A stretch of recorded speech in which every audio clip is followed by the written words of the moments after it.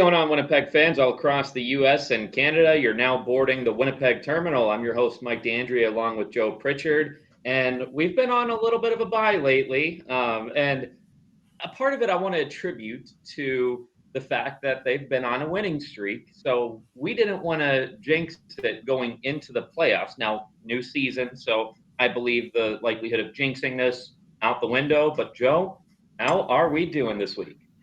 Well, we're fine, and I'm glad that we're being a little stitious about things anyway. It's funny in anything but sports. I'm the least superstitious person ever. I always say I don't believe in jinxes. I don't, XYZ. But when it comes to sports, for some reason, just like any, avid fan, I am about as superstitious as it gets. I have to wear a certain jersey when they play a certain team, XYZ, because of course I'm the reason why they're winning or losing. Then you need to do better because they haven't won a championship yet. Listen, they're on an 8-game win streak. What more do you want? I finally fine-tuned the jerseys. Let's add 16 more in a row. Let's just do Now if that they and be could done do with it. 16 in a row, that would be. Whew. We'll just kind of dive right into that too, because it's nice to look back at the 8-game win streak, and we could dive in a little bit on that. But I kind of want to shift our focus to the postseason now because it's a brand new season. Records at this point, sure, you could say seeding matters, but records in the regular season don't necessarily matter except for who you play. And well, if you can't beat who they put in front of you, you're not hoisting Lord Stanley's Cup. And we do have a bit of a task in front of us, I would say. It's nice that we bludgeoned them last time we played, but a first round series against Colorado. Now, of course, Colorado always a tough team, especially their power play. That's something, especially if you have any sort of weakness in your PK, Colorado is going to exploit that, and we've seen that happen before. Of course, last time we played one another, it was obviously very one sided. But what are your thoughts on this upcoming series? It helps that in the playoffs they don't call a lot of penalties unless somebody's got a bone sticking out, so that helps Hmm. neutralize Colorado's power play a little bit, assuming, of course, that everything goes to form there. So, given that I like Winnipeg's four lines better than I like Colorado's four lines, and given that depth matters in a long playoff series, I like our chances. At the same time, you got to keep the first line from killing you. Yes, they're very top heavy. And I mean that's one of those things. One of my thoughts on it, and it sounds like yours are kind of aligning with it as well. I feel like the longer the series goes, the better Winnipeg's chances are. It also does help that we have home ice on that. And if Dallas gets knocked out, we've got home ice in the entire Western Conference at that point, which that sets up an interesting point that I'll get to in a bit. But yeah, the longer the series goes, the better Winnipeg's chances are because I do think that the Jets are a deeper team, top to bottom. But that first line that Colorado has is just, it rivals first line of Edmonton. So it's just a matter of tightening up your D. Our blue liners are going to have to be on their A game when McKinnon specifically is on the ice. But I mean, they just got to keep doing what they're doing. They got to keep finding ways to put the puck in the net. And that was something that we had said, a couple weeks ago that they were looking for the pretty goal. They needed to get just the garbage goal, for a lack of a better term. And that was something that we saw change over the course of these last 8 games. They were putting more pucks on the net. They did tighten up their defense, but not to the point that their offense is struggling. We'd seen the pendulum swing both ways throughout the course of the season, but it is, at least like hopeful going into the playoffs that they've made those adjustments that they need. And that's kind of the type of game they need to play against a team like Colorado. You're going to need to change your game plan for whoever you play, but they're playing the right style of play right now against a powerhouse like Colorado. Yeah, and given that they went ahead and earned themselves home ice advantage in this series. It gives them the opportunity to match up Winnipeg's third line with Colorado's first more often than they would be able to in Colorado. So that's going to be a bit of an edge because that line is better defensively than the first line. And they got Hmm. our first line opportunities against lesser Colorado lines. That means that they're less stressed defensively. That means that they have chances, they have more chances to put pucks on net themselves and keep the puck in the offensive zone. It, Matchups are going to be huge, and if they can get off to a quick start in the series, at least in the first game, maybe set the tone. This could be a short series. It very well could be, and it's one of those things that you just need to jump on those opportunities when they present themselves, because Colorado has proven time and time again that, yeah, they are a very strong, top heavy sort of team, but their back end, their bottom six, even their goaltending has been struggling from time to time. So if you can exploit those weaknesses, much like we saw last week, it's very possible that, like you said, it could be a short series. But an interesting thing about this too, this isn't what I'm going to get at in just a little bit, but this is the first time that Winnipeg meets Colorado in the postseason. Yeah, and I don't know if they have too much of an established rivalry. Personally, for me myself, I was around for the Detroit Colorado wars that happened longer ago than I care to admit. So I have a healthy dislike for Colorado. I picked sides on that, and I enjoyed it very much the whole time. But yeah, so I don't. I think it'll help develop the rivalry having a playoff series with Colorado. Um, but we'll have to see where the intensity and the energy comes from to begin with.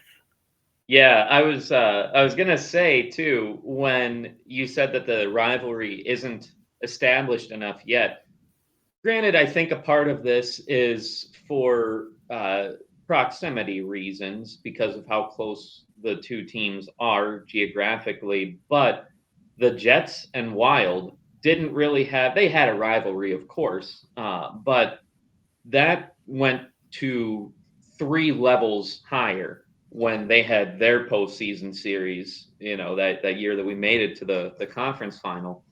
And I don't think that those Flames have been doused very much. It's always a chippy game between the Wild and the Jets ever since that series. And I mean, there's a lot of new faces at this point since that series, which, yeah, kind of sad that it was as long ago as it was now, because it still feels like it was yesterday. But I mean, there's still some familiar faces like Shifley and Felino, for example.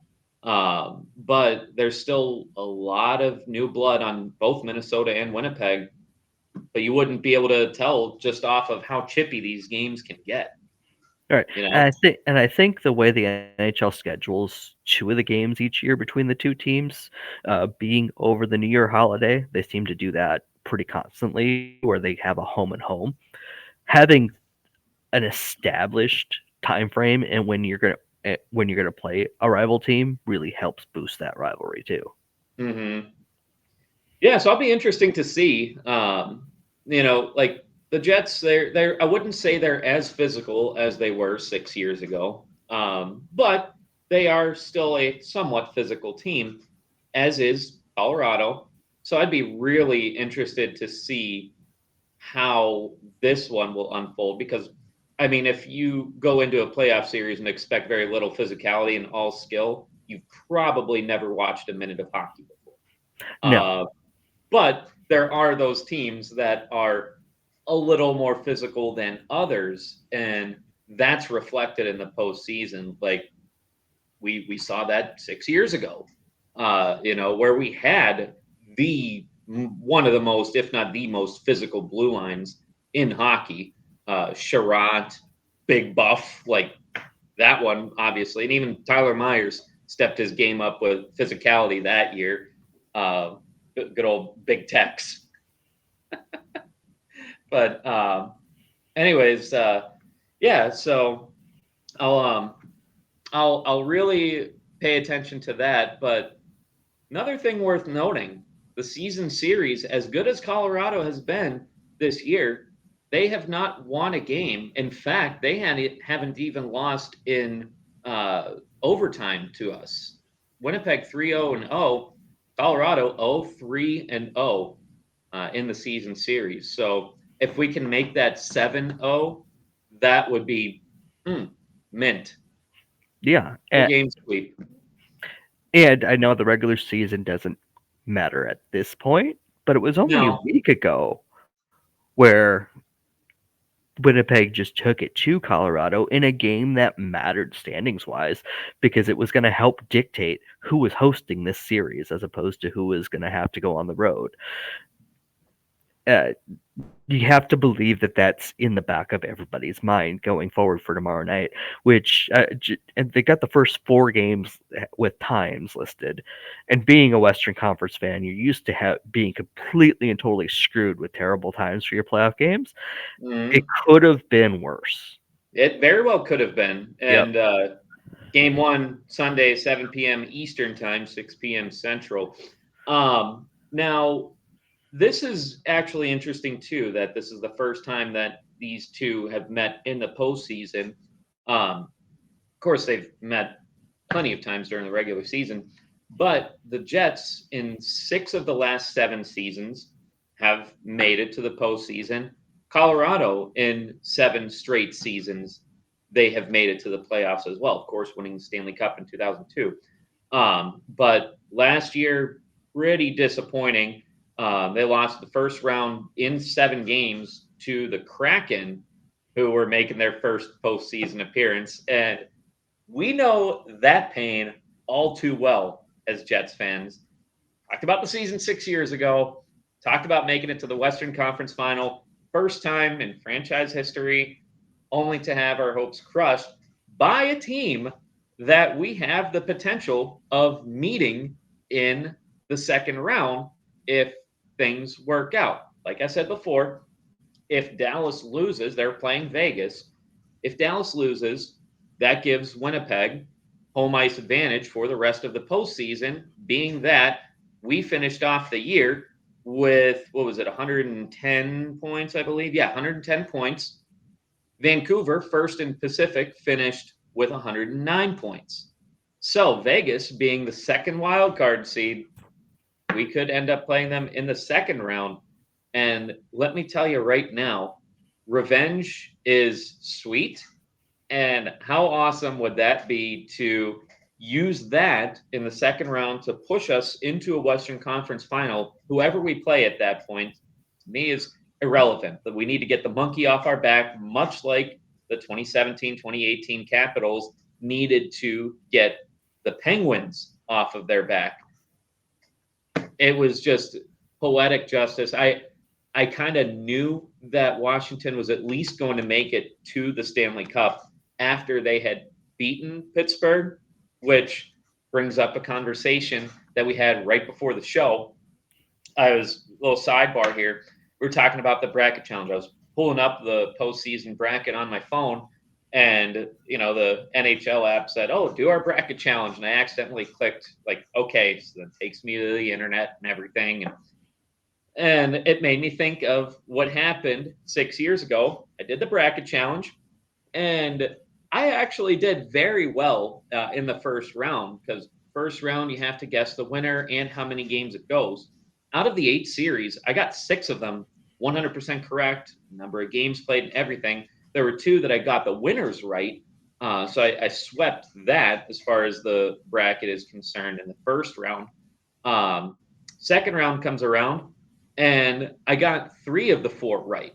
So, like, I basically got all of the postseason picture great. I was 100% until Washington beat Pittsburgh. I had Pittsburgh going to the Eastern Conference final. That busted my bracket. And yeah, I could have done really well in their bracket challenge, but I also had Winnipeg winning the cup. So There's that. Yeah, but at least they got to the Western Conference Final for you. So maybe if we're talking superstition, like we said earlier, maybe I should do that bracket challenge. What do you think? Yeah, go for it. Just don't pick Vegas in the second round. No, I'm wondering now. I had Winnipeg win the Stanley Cup, and they didn't quite make it to the Stanley Cup. So should I have them make it, and then just for the sake of superstition, have like I was gonna say Toronto just because they were the first team I looked at on here, but that's a joke. So maybe New York. We'll just say that they'll win the Stanley Cup. How does that sound? That'd be fun. Actually, I bumped into a guy on what used to be Twitter. Happens to be a Ranger fan living here, so that'd be Huh. interesting. Oh yeah, that would be. Oh, What's you know what? what's the If that, protocol of that? By the way, do we have to fight him if that happens? you know what? I think we do. Oh, I think so. We might have to invite him on the show and see how that one goes, especially if it is a Winnipeg New York final. We have to find, if there's anybody. I mean, like I said, Leafs fans. That's just funny. But hi, if we, Scooter. yeah, what's up, Scooter? But We're totally getting anyone kicked off else? this network at some point. What's that? We're totally getting kicked off this network at some point. Oh, for sure. And I mean, I'm not going to say if, when Toronto loses to Boston, I think that'll probably be when we're kicked off. especially, especially if it's very similar to what was that 2013 when it was Game 7. Toronto was up like 4-0 with like 10 minutes to go in the third, or they were up by 4 or something like that. Boston just storms back and gets a last second goal, and then boom, takes it and sends the Leafs packing. Oh man, honestly though, like we've all been there, and it's funny because it is the Leafs, but like honestly, I really felt for their fan base that day. Yeah, and to be fair, that would have been funny to anybody. It just was like doubly funny because of that. But I had a long time ago, back when our Shotgun Sports was basically a meme page. Like we did news and stuff, but we had a lot of memes.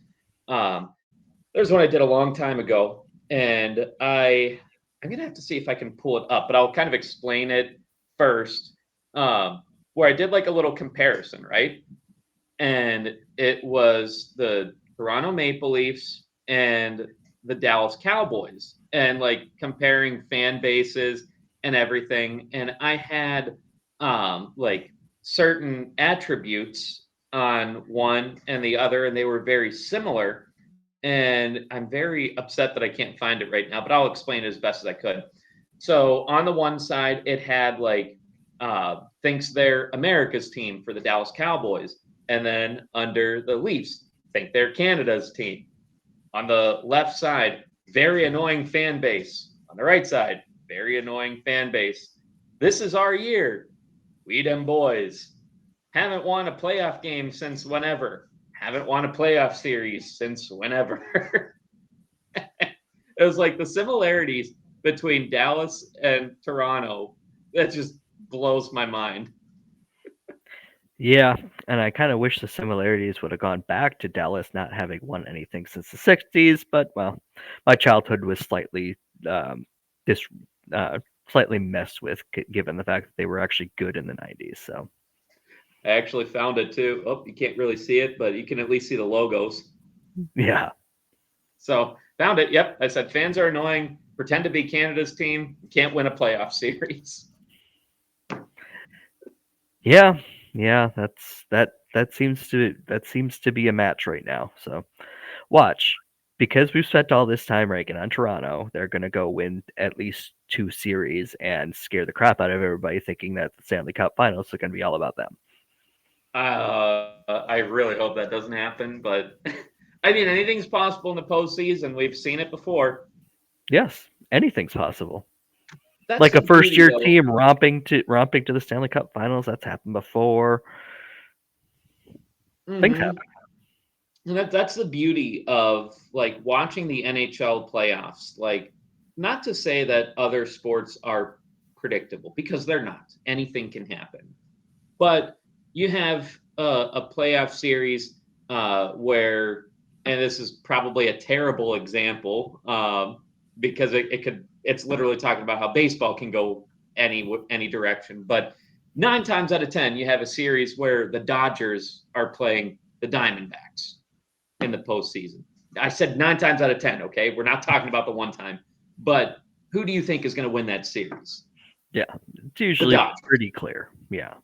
But a lot of times with hockey, it seems to be a wash. You have an idea, but there's no clear cut winner. Even in a series like Dallas versus Vegas, where Dallas has been a powerhouse and Vegas had kind of barely squeaked into the playoffs, and I'd even argue the Rangers and Washington series can go in either direction, depending on if Washington heats up and New York cools off. Yeah, all it takes is a bad bounce in the first couple of games to make the team that's the clear underdogs believe they can actually do it. And once that happens, look out. Anybody's got a shot at that point. If you're Mm-hmm. if you're a clear favorite, you don't want anything goofy happening in the first two games because if you get out 2-0, it's over. Unless something dramatically weird happens. But if you give them hope in the first couple of games, that could spiral. Mm-hmm. Now, I'm all for I'm all for the gentleman's sweep. If we let Colorado get one game on us, just take that first one, whatever. I'm all for a gentleman's sweep. It's the Canadian way. You got to be polite, right? So let them have their chance, but then you take the 4 games and send them packing, right? Yeah, and I wouldn't even say that Colorado's that much of an underdog. These two teams are Very what evenly very matched. evenly matched. But yeah, I wouldn't turn that down. Now, I have seen all over social media. I've seen it on Facebook, X, formerly known as Twitter, and everything else, where there's a lot of debate on should the playoffs be their current format, or should it be like it was 15 years ago, with 1 versus 8, 2 versus 7. Sure, sometimes in instances like we have, it'll play out that way anyways. But what are your thoughts on that? Do you think that the current format works, or would you like to see 1 versus 8, 2 versus 7, 3 versus 6? So if I'm a neutral fan, like my team's not in it, they're out, which has happened a few times. I like to see rivalries in the playoffs because that makes it a lot more fun. Mm-hmm. I also like to see underdogs because I'm not going to root for the powerhouses if it's completely neutral and I have no feelings about it whatsoever. So the current format kind of works for me. I mean, I can see the inequities like this year with Winnipeg being like what number 2 in the conference, and we're facing number 4 or something Mm-hmm. like. But if you can get past that and you could start getting some really good rivalries going the in that being the reason they had this format set up to begin with, I could deal with it. Yeah, Colorado would be 4, and I mean, when sure, like on in the standings, Colorado's 4th, but honestly, I I would rather face Vancouver than Colorado if we're talking about teams on paper. Right. Um, and not to knock at Vancouver, because they've certainly earned their 109 points that they've gotten this year. They've been playing outstanding hockey, which is kind of nice to see Western Canada represented pretty well in the postseason. Winnipeg number 2 in the conference and also number 2 in the Central, but Vancouver number 1 in the Pacific, 109 points. Edmonton number 2 in the Pacific, 104 points. Could this be the year that I don't really count the COVID year where Montreal made it, just because a team from Canada was going to make it. But could this be the year that a team in a regular playoff format from Canada is actually sent to the Stanley Cup final. You think it'll be the year? Gosh, when was the last time that even happened? Because I I'm old enough to remember Montreal winning. That was the year I was born. I know that that probably hurts to hear, but Yeah, I wasn't that old at that point. I remember it. I wasn't that hardcore at that point, but I remember that happening. mhm. But yeah, when was the last time? Because Vancouver was it Vancouver I 20? think it was Vancouver, and that was 2011, I believe. Yeah, that was a fun bandwagon to ride for a few years because I was a night owl for a while, and B, uh, Moose were Vancouver's affiliate. But it was really nice to have the Jets come in right after that series because they made themselves so unlikable. I probably wouldn't have followed them much anyway after that. Mhm.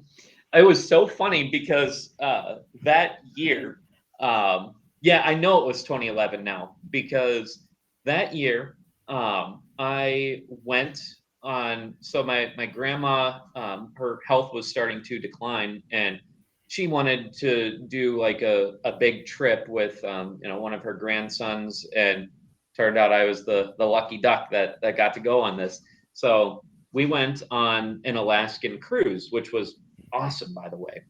And so we're going down the Panhandle, and with the last stop that we had before we got back to Seattle, which was where we left from and where we ported back out of, we stopped in Vancouver, Hmm. and there was it wasn't the riots that were still, because this was in July. It was a little after all that was going on, but people were still talking about it because it was still fresh.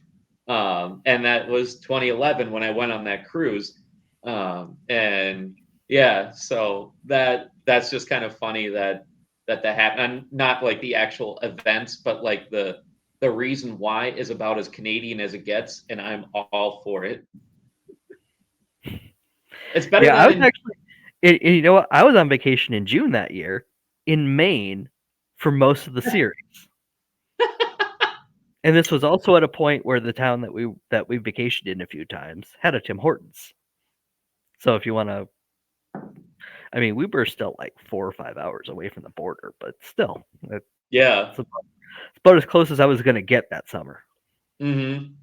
I just think that was so funny though, that like, of course, the last stop is in Vancouver, and it was when things were going down in the city Hmm.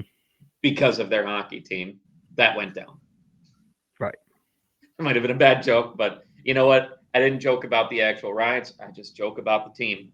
And especially if we do have a meeting with them later on in the postseason, I'm going to make all the Canucks jokes that I can make.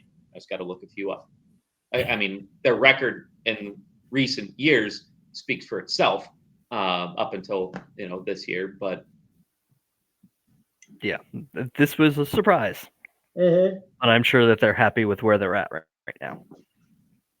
Also, side note, we're doing the show in the morning, hence why I got the coffee, not the beer. Hmm.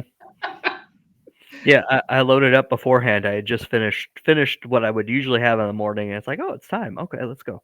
Mm-hmm. It was just like one of those things that we want to make sure that we got the postseason preview before any of the games started, and it just happened to work out this morning.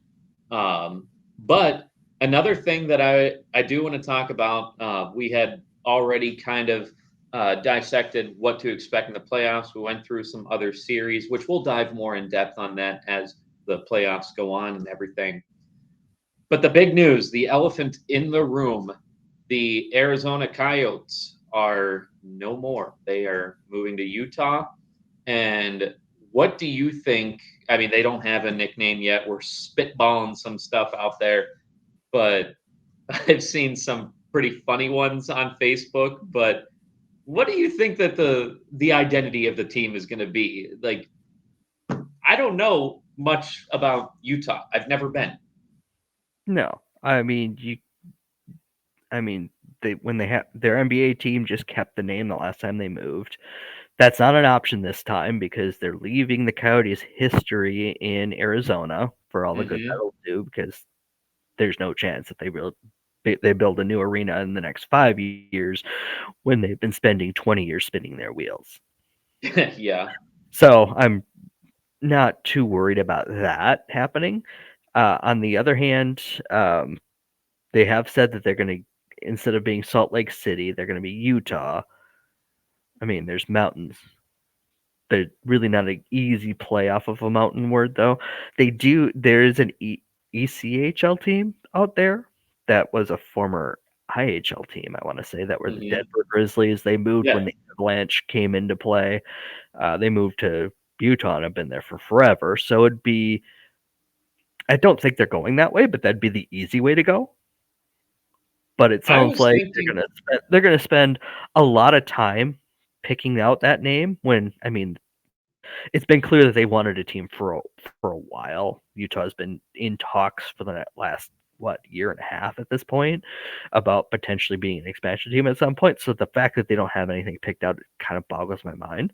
So we could see a season where they're the Utah NHL team, which like the what Washington kind of football team league? What Yeah, and what kind of league has a team with no name for a whole season? for multiple seasons. Weren't they the Washington football team for 2 years? For 2 years. And CFL fans of a certain vintage also remember the Baltimore team Yeah. was supposed to be the Colts. The NFL was like, "No, Yep. you're losing your mind if you think we're letting you do that." So they just had no name for a year. That's so Like, great. if you're matching the CFL in a business decision, it might not be the smartest thing you've ever done. Especially the CFL of the '90s. These days, it's a little bit Mhm. better. See, I was thinking too, like, okay, I'll say one of the funny ones that I saw on Facebook, and then I'll say what I think would actually be a half decent team name for Utah. But someone had a complete like picture with this and everything. They called them the Utah Storm and Mormons. It was like, okay, I don't think that'll fly somehow, but I'm sure it was I hilarious. don't think so either. But the name that I think would actually fit them pretty well. What's the West Virginia University's team name? Oh, the Mountaineers. Mountaineers. Although it's better for West Virginia because, and this coming from a guy who's from Pittsburgh originally, the accent there, they got the Appalachian accent, so they could say the Mountaineers instead of the Mountaineers. Mhm. I don't know. Anything to piss off Pittsburgh, right? Well, what's kind of funny is there's a split in the Pittsburgh area. If you are a fan of Pitt, for some reason by design, you're also a fan of Ohio State. And if you're a fan of Penn State, you're by design a fan of West Virginia University. Why that is, I don't know. And then, I mean, you could say it's because, Pitt and West Virginia have a huge rivalry. So I don't know. Like, and Ohio State and Penn State, of course, have a huge rivalry too. Yeah, it's But kinda it like just, New York kinda like New York fans. Either you're a Rangers, Yankees, mhm, uh, Knicks fan, or you're the opposite. It's like you either pick the established, like, the older team with a little bit more of a background and the more the positive, better team. or you pick all the opposite. You don't pick and choose between the bunch of them. Yeah. Like, if you're in on the Jets, you're in on the Mets, you're in on the Nets, you're in on the Islanders. Hmm. That's what you do. You don't some people, I'm sure, do. I mean, I kinda have a split identity sports-wise right now between Winnipeg and Milwaukee, but Hmm. not very many people go, "Jets, but Knicks, and the Rangers, Yeah. but the Mets." Yeah. See, like I'm when it comes to anything but hockey, I'm your typical Yinzer with the teams that I love. We know that I'm a very unfortunate Pirates fan, and I'm a huge Steelers fan, which that has been unfortunate as well in recent years. Really hope that Russell Wilson and Justin Fields can turn this thing around, but that remains to be seen. Um, I did like that Russell Wilson took batting practice with the Buccos yesterday, though. He might help. Can he still play? I mean, he looked like he was hitting some bombs, so we'll maybe throw him into the lineup. You Yeah, know, because O'Neal Cruz has been drafted by struggling with the bat lately. yeah, he was drafted in baseball, but decided to keep going football wise, and that worked out pretty well for him. He's a Yeah. really rich from it. So Mm-hmm. And yeah, I mean, he was hitting some bombs, so I mean, throw him in the lineup. Like I said, O'Neal Cruz is struggling lately. He's been striking out a lot. Maybe let him get out of his slump. Throw Russell Wilson a shortstop. yeah, you could do that. Hey, Well, Michael Jordan played in the MLB. and given that he hadn't played organized baseball in like 15 years, what he did was actually remarkable. People just were like focused on the fact that he's a superstar and was struggling. So obviously something's wrong. But like, come in off the streets, haven't done it for at least a decade, and hit 200 in Double A, and you're not starting rookie league. He was Double A that whole year. Yeah. Like, still something. And then Some like Tim Tebow, another example of that, who almost cracked a major league roster. He was doing pretty well in the minors, and it was like when he was going through what was it, the Mets system.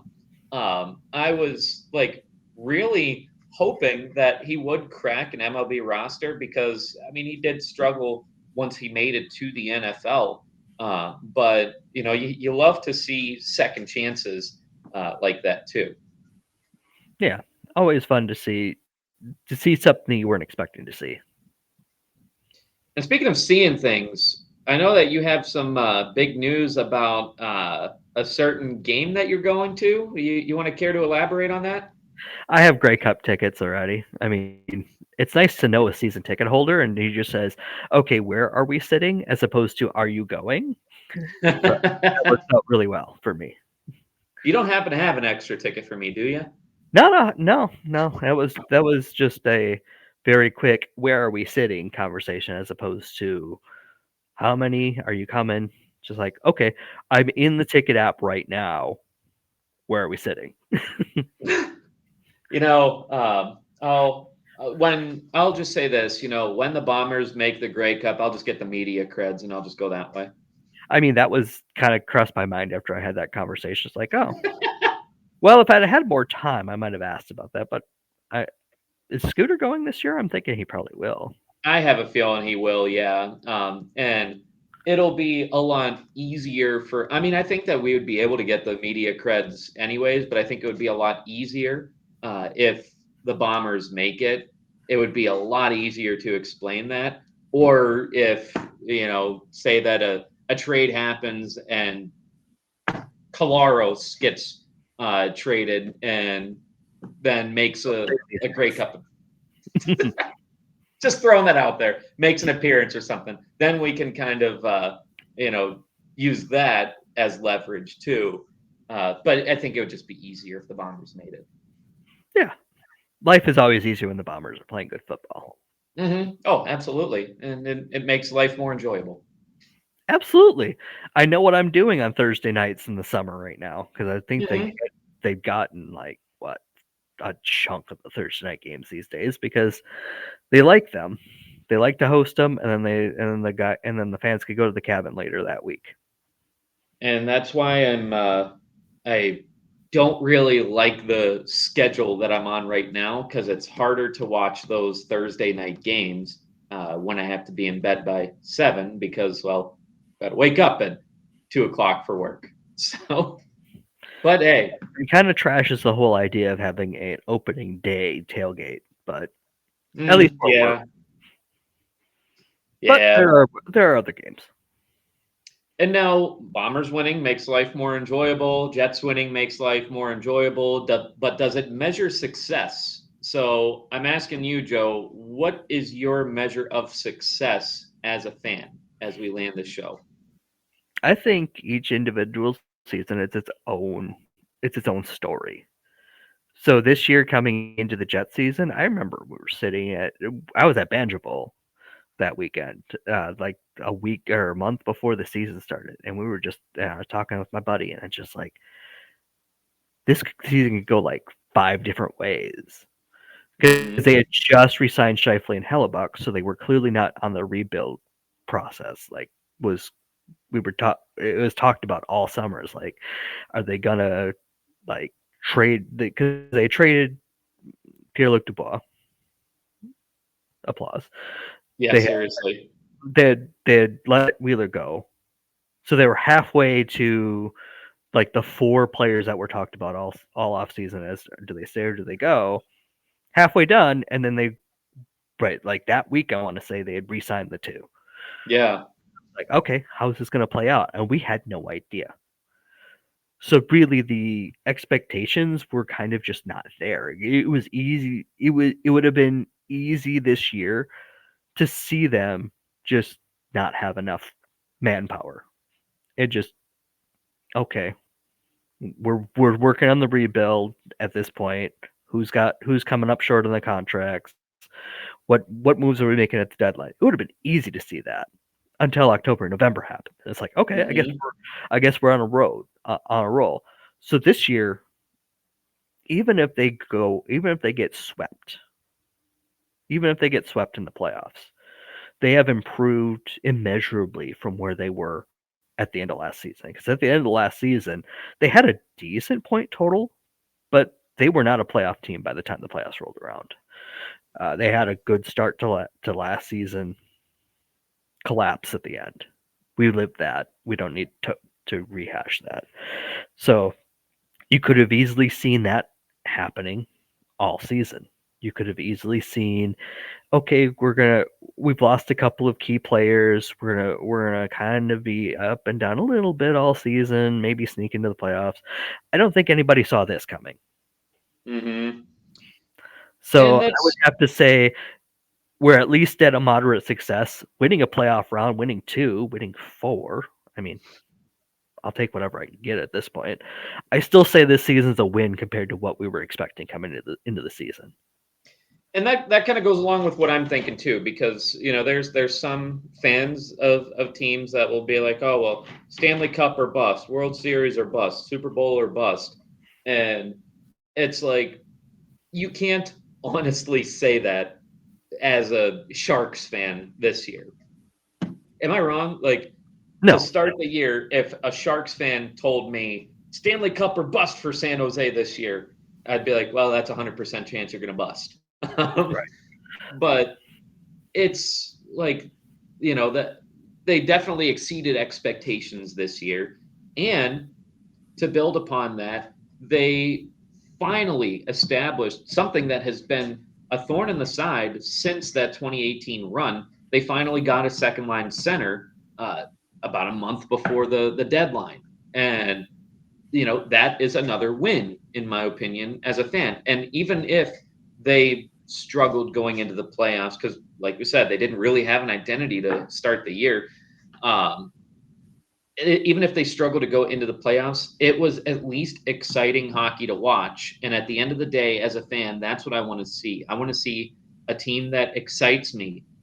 I don't care if they finish at the bottom of the standings. I That's why I don't like the concept of tanking. I get why teams do that in sports, but I just want to be excited as a fan. I want a reason to believe. I want a reason to cheer for the team. And if Right. it's I go into a game and like, oh well, this team's going to lose. Well, then yeah, it's not exciting to watch. No, it's just nice to know every night you have a chance. And here's another thing that's looking good too. End of the season, they brought up a couple of players from the Moose, and they played Yeah, Perfetti in the final game. Chibi. That looked really good, especially considering they were playing for second in the conference against Yeah. Vancouver, who was Vancouver didn't seem to have as much of a boost in that game. They just didn't seem to. They were first in their division. They didn't really have all that much to play for besides potential home ice advantage against the Jets in the third round if that happens. Hmm. And who And knows? yet, It very well could. So that's why you got to play. Not to quote a certain coach, but you play to win the game. right. And the Jets played a lot of young players to give them some experience because there wasn't a ton on the line in that game, but there was some. And it looks like the future's dang bright too. Even if Monahan doesn't come back, Toffoli doesn't come back, they've got forward depth right now. When you have a Hmm. guy like Cole Perfetti who scored 19 goals this year, struggling to crack the lineup at times, Yeah, you that's got a saying lot of something. talent. You got a lot of talent, right? Because there you could you because when he had his struggles, they had enough depth to go. Okay, take a seat. We don't need you right now. Just take some time, get your head together, get working on the game again. You're 22. You're going to be our future. Don't lose yourself now. And they And had the depth to be able to do that and still compete. yeah, and one of the players that I am actually very excited. I liked his style of play, and I think that he is actually going to be a factor for us in the coming years. Is Nikita Chibrikov? Did you like? He was all over the ice, and one game, one goal. I have a really good feeling about this kid. He's 21 years old, shoots left-handed. I think that he's a diamond in the rough, second round pick. I'm excited to see where he goes. I mean, he's got a lot of upside. Oh yeah. There's so much talent right now down in the first line in the first line in the AHL. I'm not too worried about any of them had they had to be fourth line NHL right now. Hmm. If Yeah, they it's had to be, they could be, hmm and not in the we literally have no other bodies. You're playing our fourth line, and you're even if you're terrible, not in that situation. They could step into an NHL fourth line and be good. yeah, very much so. And I mean, it's kind of you see some teams still do it, but long gone are the days where your fourth line is like garbage hockey players, but as physical as can be, because you do need to have some good hockey players on your fourth line. You can't really do that whole gritty fourth line type thing now. Yeah, where the fourth line is literally your guys that are going to throw the gloves down on any provocation. That's Hmm. not happening anymore. No. Very rarely, I should say. It's happening once in a while, but it's not happening as like the whole line. Right. You'll have one, maybe two guys, but very, very rare instances do you have an entire fourth line of grinders now. I shouldn't say grinders, but goons, dare I use that word. Yeah. And we know what you mean when you say goons. It's like that guy's there just to punch faces. Exactly. I mean, heck, you see it in like the documentaries or whatever. Players that are like in the AHL, they may not have the skills to crack the NHL. This is years ago.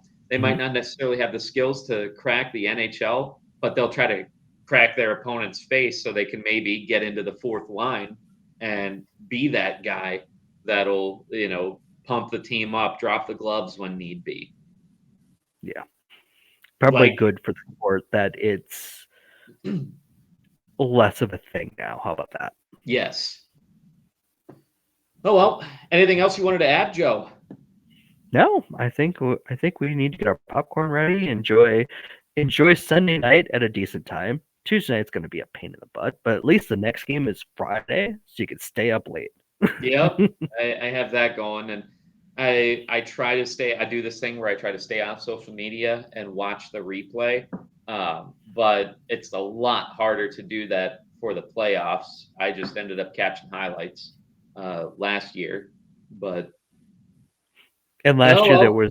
there was no expectation last year at that point. It's just okay. How many games are is it going to take Vegas?